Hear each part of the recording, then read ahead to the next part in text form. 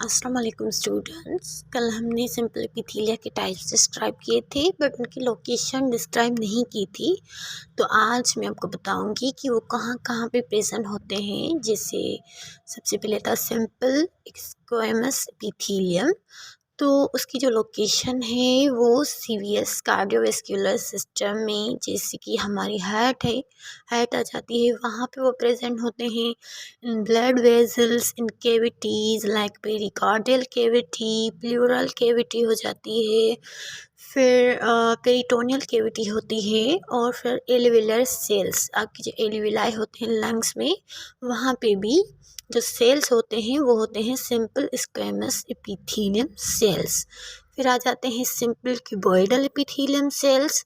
वो प्रेजेंट होते हैं फॉलिकल्स ऑफ थायराइड ग्लैंड और distal convoluted tubule and proximal convoluted tubules of kidney and ovaries में present होते हैं सिंपल क्यूबॉइडल एपिथेलियम।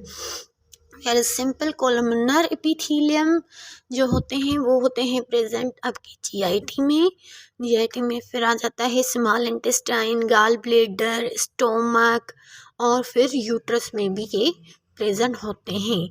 फिर एक अलग सी टाइप आ जाती है एपिथेलिया की, जो वो है pseudo stratified epithelium.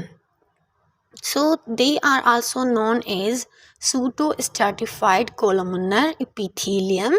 They consist of two types of cell, tall cells and short cells. Due to their height difference, their nucleus are also present in different places.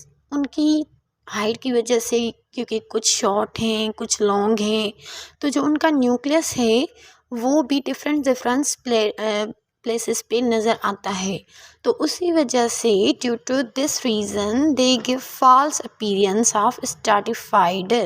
But वो क्योंकि सच में stratified नहीं होते, वो बस ऐसे लग रहा होता है माइक्रोस्कोप में कि ये स्ट्रैटिफाइड हैं, वो ऐसे अपीयरेंस दे रहे होते हैं स्ट्रैटिफाइड की, बट वो नहीं होते, इसीलिए उनको कहा जाता है pseudo stratified. Pseudo means false, as you all know, and stratified means layered, but they are not layered, they are single layer. They consist of long and tall cells. और प्रेजेंस की अगर बात करते हैं लोकेशन की, तो ये आपके अपर रेस्पिरेटरी ट्रैक्ट में प्रेजेंट होते हैं। फिर आपके अपर रेस्पिरेटरी ट्रैक्ट में आ जाते हैं लेरिंग्स, फेरिंग्स, ट्रेकिया, और फिर ये एपिडाइडमिस में प्रेजेंट होते हैं, जो कि मेल के यूरेथ्रा का सिस्टम का एक पार्ट है एपिडाइडमिस, जिसमें स्पर्म स्टोर होते हैं। उस ट्यूब में ये प्रेजेंट होता है। कौन से? Pseudo esterified epithelia. तो ये हो गया हमारा सूडो स्टेरिफाइड एपिथेलिया। फिर आ जाते हैं हम स्टेरिफाइड एपिथेलिया में। तो esterified epithelia can be further divided into 3 parts: stratified squamous epithelium, stratified cuboidal epithelia, and stratified columnar epithelia. Stratified squamous epithelia, they contain more than one layer of cells. Cell present in basal layer may be different, but cells which are present in upper layer are flat.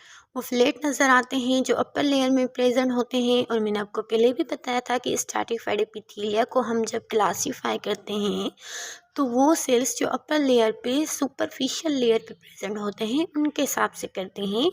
तो जो इसमें superficial layer पे जो cell present हैं उनका shape जो है वो फ्लैट है, और फ्लैट मीन्स स्क्वेमस शेप, तो हमने इनको नाम दे दिया स्ट्रैटिफाइड स्क्वेमस एपिथेलिया। और इनको फर्दर क्लासिफाइड किया जाता है 2 सब टाइप्स में। They are further classified into 2 sub types: stratified squamous keratinized epithelia and stratified squamous non-keratinized epithelia. तो stratified squamous keratinized epithelia, they consist of many layers, but the cells which are present in upper surface, they are flat, but they have no nucleus and have keratin filaments in their cytoplasm. तो उनके जो cell होते हैं upper surface पे वो flat ही होते हैं, लेकिन उनका न्यूक्लियस नहीं होता, या शायद उनमें न्यूक्लियस होता है लेकिन वो दिखने में नहीं आता माइक्रोस्कोप में, क्योंकि उनका जो साइटोप्लाज्म है उसमें पूरा केराटिन फिलामेंट्स भरा पड़ा होता है, तो उनका न्यूक्लियस में भी छुप जाता है या वो होता ही नहीं है। तो उनकी जो लोकेशन है वो है आपकी एपिडर्मिस पे, स्किन में ये मौजूद होते हैं। कौन से? Stratified squamous keratinized epithelia. फिर आ जाते हैं stratified squamous non keratinized epithelia. They also consist of many layer cells. Cell which are present on upper surface have flat cells which are nucleated and their cytoplasm have no keratin or little keratin filaments। तो जो ये भी cell होते हैं ये many layers से बने होते हैं, और जो इनके अपर सरफेस पे सेल होते हैं वो भी फ्लैट होते हैं, पर वो न्यूक्लिएटेड होते हैं, उनमें न्यूक्लियस होता है एंड उनमें केराटिन फिलामेंट्स मौजूद नहीं होते या बिल्कुल ही कम मिकदार में मौजूद होते हैं। और ये जो प्रेजेंट होते हैं ये आपकी ईसोफेगस में प्रेजेंट होते हैं, ओरल कैविटी में प्रेजेंट होते हैं और ओरोफेरिंक्स में प्रेजेंट होते हैं। फिर आ जाते हैं आपके stratified cuboidal epithelia. They also contain more than one cell layer. The cell which are present on upper surface are cube-like in shape. So therefore they are called stratified cuboidal epithelia.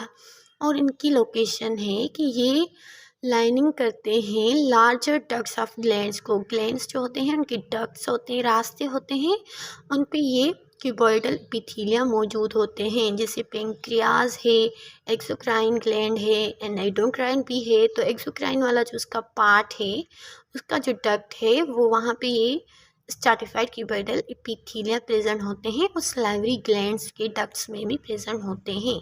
फिर आ जाता है stratified columnar epithelia. They contain more than one cell layer. Cell which are present on upper surface are columnar shape, so they are called stratified columnar epithelia। और ये बहुत कम होते हैं हमारे बॉडी में, तो इनकी जो प्रेजेंटेशन है, प्रेजेंस है, वो भी बहुत कम होती है। जैसे कि कंजक्टाइवा ऑफ आई, सिर्फ ये वहीं पे प्रेजेंट होते हैं, और some parts of male urethra में ये प्रेजेंट होते हैं। फिर इसके बाद आ जाती है एक स्पेशल टाइप स्ट्रैटिफाइड एपिथेलिया की, जो है transitional epithelia. This special type of stratified epithelia also known as urothelium, इनको हम यूरोथेलियम भी कहते हैं। They have ability to withstand stretch produce by distension of urinary passage. इनमें सलाहियत है कि वो स्ट्रेच बर्दाश्त कर सकते हैं। जब आपका यूरिनरी ब्लैडर यूरिन से फिल हो जाता है तो वो एकदम स्ट्रेच वाली स्टेट में आ जाता है, तो इनके पास एबिलिटी है कि वो उस स्ट्रेच को बर्दाश्त कर सकें। And it also prevent the diffusion of urine back to urinary track. और ये डिफ्यूजन भी यूरिन की प्रिवेंट करते हैं, क्योंकि आपको पता है कि यूरिन काफ़ी देर तक आपके यूरिनरी ब्लैडर में स्टोर रहता है, तो वो यूरिन आपके यूरिनरी ट्रैक में बैक ना हो जाए, वापस ना चला जाए, उससे भी ये इसको प्रिवेंट करते हैं। और जब ये अनडिस्टेंडेड होते हैं, खींचे हुए नहीं होते, रिलैक्स होते हैं, जब आपका यूरिनरी ब्लैडर एकदम खाली होता है, रिलैक्स स्टेट में होता है, तो ये कंटेन करता है 5 to 6 लेयर ऑफ सेल।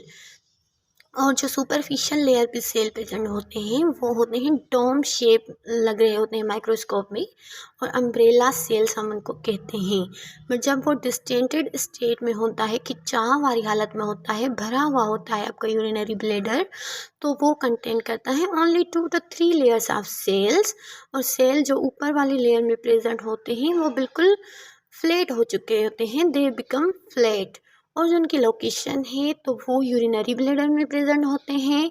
जैसे मैंने आपको पहले बताया कि आपकी यूरिनरी ब्लैडर जब फिल हो जाता है तो वो स्ट्रेच हो जाता है, और यूरिनरी ब्लैडर जब आपका खाली हो जाता है तो वो बिल्कुल फ्लैट हो जाता है।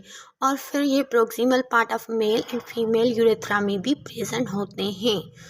So that's all about epithelia. हमने एपिथेलिया कवर कर लिया है, एंड अब हम नेक्स्ट जो वीडियो होगा उसमें ग्लैंडुलर एपिथेलिया के बारे में पढ़ेंगे, ग्लैंड्स के बारे में पढ़ेंगे।